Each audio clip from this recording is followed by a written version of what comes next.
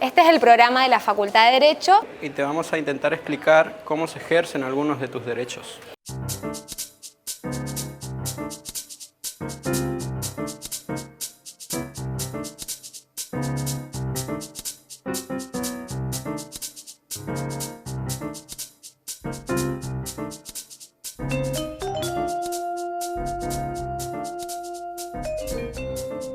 Comenzamos otro capítulo de Hablemos de Derechos. Esta propuesta en la que estudiantes y profesores de la Facultad de Derecho explican cuáles son nuestros derechos como ciudadanos de este país.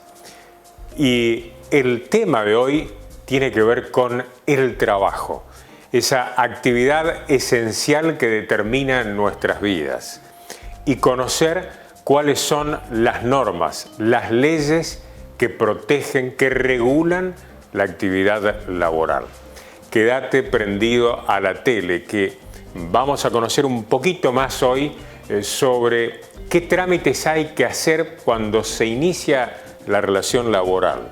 Además, cuál es la registración que debe concretarse para un trabajador y qué sucede ante el desenlace, ante la disolución del vínculo laboral, ante un despido.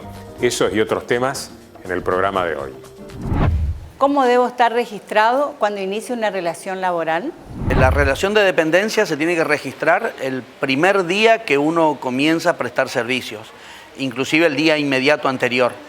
Es la obligación del empleador registrarlo al trabajador en dos ámbitos: en la documentación laboral obligatoria que lleva el empleador, libro laboral del artículo 52, así conocido, o la documentación que se aplique en esa actividad, y también en AFIP, darlo de alta en AFIP a través de los mecanismos de inscripción informáticos que le permitan al trabajador desde el primer día tener una cobertura tanto en materia de seguridad social como ante un posible infortunio laboral.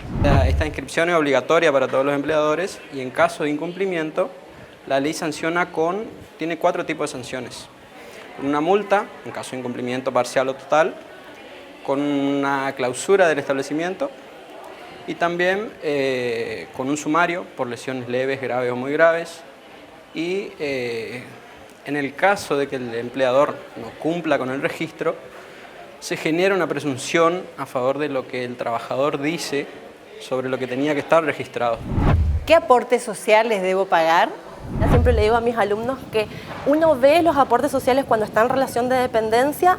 El contacto más tangible que tiene es con el recibo de sueldo para los que tienen relación de dependencia, pero el recibo de sueldo también puede ser mentiroso, ¿sí? O sea, en un recibo de sueldo yo voy a encontrar aportes como el básico, que es el aporte jubilatorio, que es del 11% a nivel ley general, el fondo de desempleo, el seguro de vida y el aporte de obra social. También, si ese trabajador se desenvolviera en una actividad que tiene una organización sindical, va a tener el aporte también a su sindicato. Esto se lo puede ver justamente en el recibo de sueldo, pero como les decía, no todos los recibos, o sea, no todas las relaciones laborales son blancas o negras, sino que también hay grises. Muchas veces el recibo de sueldo no traduce exactamente lo que se transfiere al ANSES como aportes reales. ¿Cómo controlo que se paguen esos aportes? En un inicio, el trabajador recibe todos los meses, una vez que cobra el sueldo, un recibo de sueldo donde te dice cuáles son los aportes y las contribuciones que se van haciendo. Hoy por hoy que estamos informatizados lo podemos hacer de dos maneras, digamos, pero siempre va a requerir, lo fundamental es que nos presentemos voluntariamente en algún momento de nuestra vida laboral ante el ANSES, que es el Administrador Nacional de la Seguridad Social, donde se nuclea y se refleja en una pantalla toda la historia laboral de la persona. Entonces, nos podemos presentar a pedir lo que se llama tirilla de aportes o historial laboral, en el cual vamos a constatar qué aportes efectivamente, si se están haciendo efectivamente esos aportes o no, o si se hicieron, si es de un vínculo anterior. También, desde hace 2 años, está en operatividad lo que se llama la clave de la seguridad social, que también la persona por primera vez se tiene que dirigir, si en los últimos años no hizo trámites de actualizaciones de datos, probablemente cuando quiera habilitarlo desde la página de ANSES le va a pedir que se dirija a la oficina de ANSES más cercana con una copia, el original y una copia de su DNI para habilitar esta clave. Y mediante esta clave yo puedo realizar múltiples trámites, no solo ver mi historial laboral y mis aportes. ¿Cómo se termina una relación de trabajo? Una relación de trabajo se termina por diversas causas. Causas naturales, causas previstas en la ley. Lo importante es, o por lo menos la que más consecuencias jurídicas genera, es el tema del despido, que es una posibilidad que tiene el empleador de extinguir el vínculo, aún sin causa, pero esto trae consecuencias indemnizatorias. Ahora, cuando hay una causa para despedir o para que el trabajador extinga el vínculo, por ejemplo, porque no le pagan el salario, entonces es una causa para que el trabajador diga: yo en este empleo no quiero continuar, me considero despedido y reclamo una indemnización por el despido. En el ámbito de lo mío, que es la parte previsional, lo ideal es que se termine cuando el trabajador llega a la edad jubilatoria, hizo toda su cantidad de aportes y tiene su jubilación. Pero eso es, como yo le digo a los alumnos, es el cuentito lindo, digamos. Las relaciones laborales, por lo general, terminan de manera unipersonal. La cuestión es la consecuencia, ¿sí? O sea, si es por una voluntad del trabajador de renuncia, entonces finaliza ahí, pero si hay un despido, entonces va a generar otras consecuencias laborales ya en el ámbito de lo jurídico.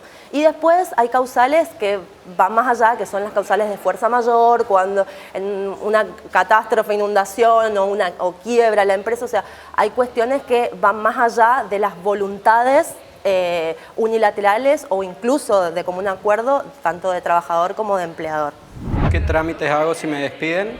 Si la persona es despedida, primero que todo debe buscar un abogado, aunque suene lamentablemente, pero tenemos otros ámbitos dentro de la provincia, tanto en Corrientes como en Chaco, que consta, por ejemplo, de la dirección de trabajo.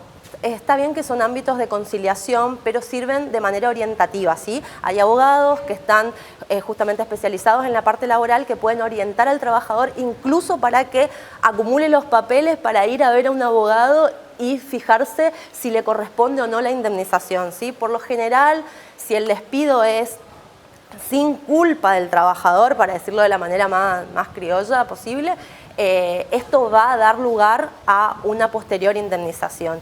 Y como les decía, lamentablemente, para que estos derechos se ejerzan, deben judicializarse, ¿sí?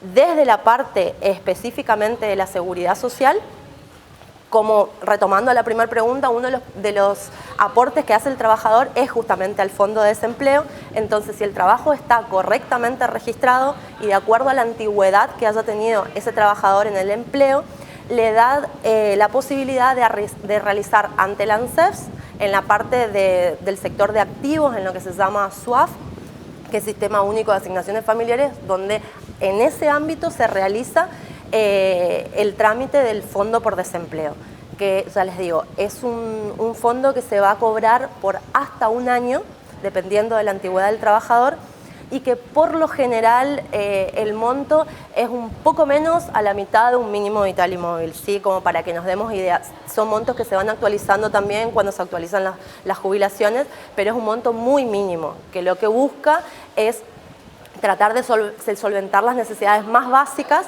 en el mientras tanto, que es hasta que el trabajador logra volver a insertarse al mundo laboral. ¿Tengo derecho a una indemnización? Sí, tengo derecho a una indemnización en la medida en que exista un despido, pero también hay otras causas que generan el derecho a una indemnización. Por ejemplo, cuando un trabajador queda incapacitado durante la relación laboral, el vínculo se puede extinguir porque hay una situación de imposibilidad física de hacer el trabajo. Y en tal caso la ley prevé una obligación de pago de una indemnización a cargo del empleador.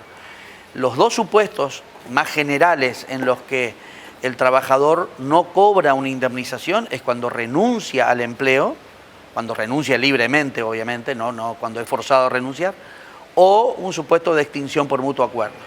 Aún en el caso de muerte del trabajador, esto es importante también, sus derechohabientes tienen valga la redundancia, el derecho a cobrar una indemnización reducida, pero una indemnización al fin derivada de la extinción del contrato por la muerte del trabajador.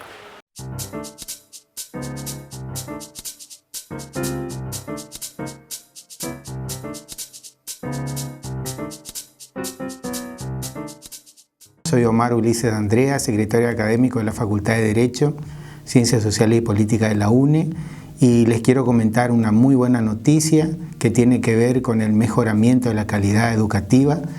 Hemos firmado a mediados de año un convenio para proveer de mayor cantidad de libros a las extensiones áulicas, que se va a comenzar a ejecutar durante el mes de octubre, noviembre y diciembre. Son 600 ejemplares, están dedicados a los 2 primeros años de la carrera, primer y segundo año. Para cada asignatura está pensado un número de autores, digamos, variado, y de esta manera cumplir con un compromiso de un programa, digamos, de mejoramiento que hemos asumido al momento de presentar la carrera de abogacía para la acreditación ante la CONEAU. Creemos que con esto vamos a mejorar el servicio que nosotros brindamos a los alumnos en las extensiones áulicas y vamos a compensar de alguna manera, ¿no es cierto?, la atención de estos estudiantes en las extensiones con el aporte de nueva bibliografía. Muchas gracias.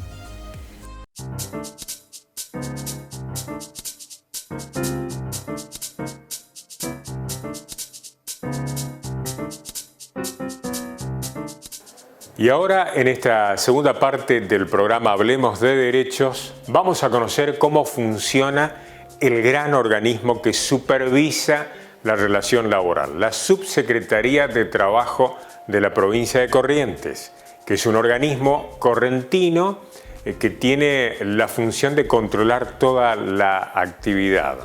¿Cuáles son los trámites que hay que hacer? Además, ¿qué sucede ante los conflictos laborales? ¿Cómo interviene la Subsecretaría de Trabajo? Y particularmente, ¿qué podemos hacer ante situaciones de maltrato laboral? ¿Cuál es la función de la Subsecretaría de Trabajo? Estamos trabajando en informar y hacer un poco de docencia a la ciudadanía respecto de los derechos esenciales del trabajo, de lo que hay que tener en cuenta a la hora de salir a enfrentarse al mercado laboral, respecto a la registración laboral, a los derechos que tienen los trabajadores, pero también a las obligaciones y a los derechos que tienen los empleadores, los requisitos básicos que hay que cumplir respecto a la registración laboral, las cargas sociales, los aportes. Esto es fundamental para que el ciudadano trabajador se encuentre incluido en el mercado laboral con todos los beneficios sociales que le da la legislación vigente, esto es decir, que tenga aportes jubilatorios para que el día de mañana se pueda jubilar, que tenga una cobertura social digna para poder enfrentar cualquier contingencia como ser una enfermedad en el trabajo, que tenga cobertura ante un accidente de trabajo, esto es una ART, y esto es una carga y una obligación que se le impone en forma conjunta al empleador, pero también el trabajador tiene derecho a exigirla. ¿Dónde se brinda asesoramiento sobre el trabajo?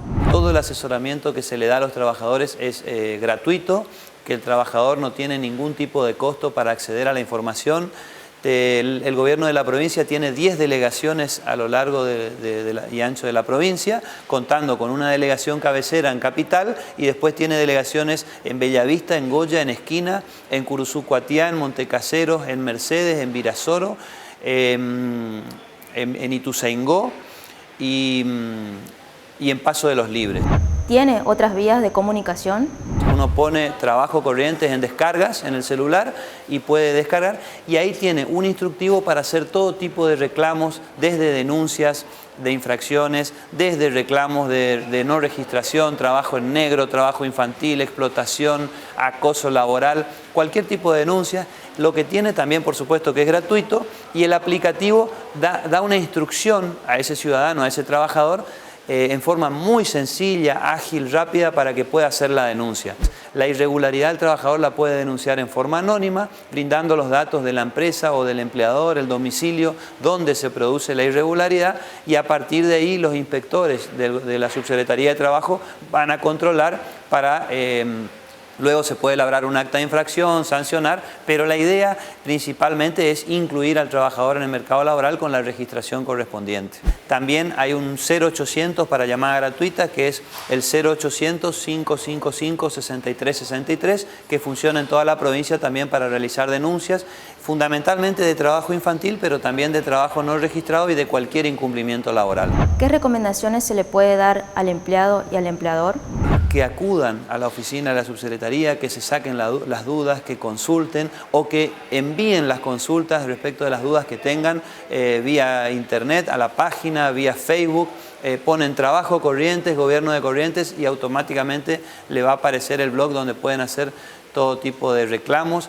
Los reclamos son gratuitos, son anónimos, se protege la integridad, se protege los datos del trabajador, que vayan sin temor a equivocarse y que se saquen todas las dudas. A los empleadores, sepan que tener un trabajador registrado conforme a derecho no es un gasto, es una inversión, no solo por el fin social que esto trae, porque el día de mañana es un ciudadano que se va a poder jubilar, que va a tener una obra social, pero también para que tenga la tranquilidad el empleador de que si hay un accidente va a estar cubierto, que no le va a salir una fortuna, que no va a tener juicios laborales.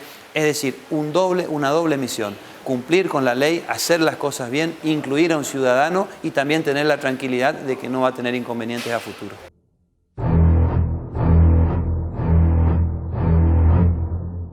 ¿Puedo insultar a mi jefe y no recibir una sanción?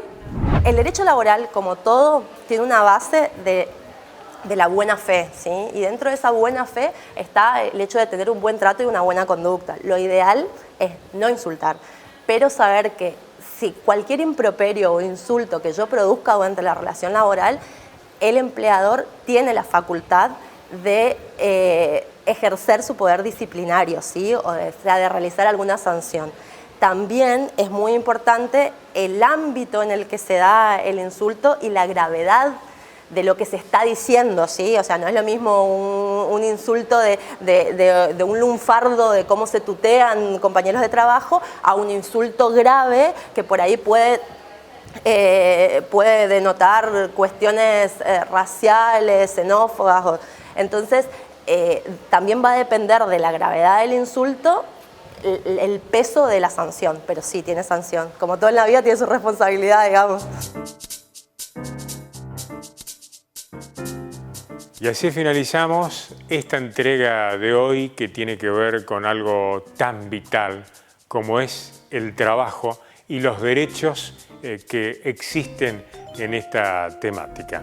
Queda como siempre abierta la propuesta de la Facultad de Derecho de llevar conocimiento útil, conocimiento de interés para mejorar la vida de toda la comunidad. Gracias por estar, nos encontramos la próxima.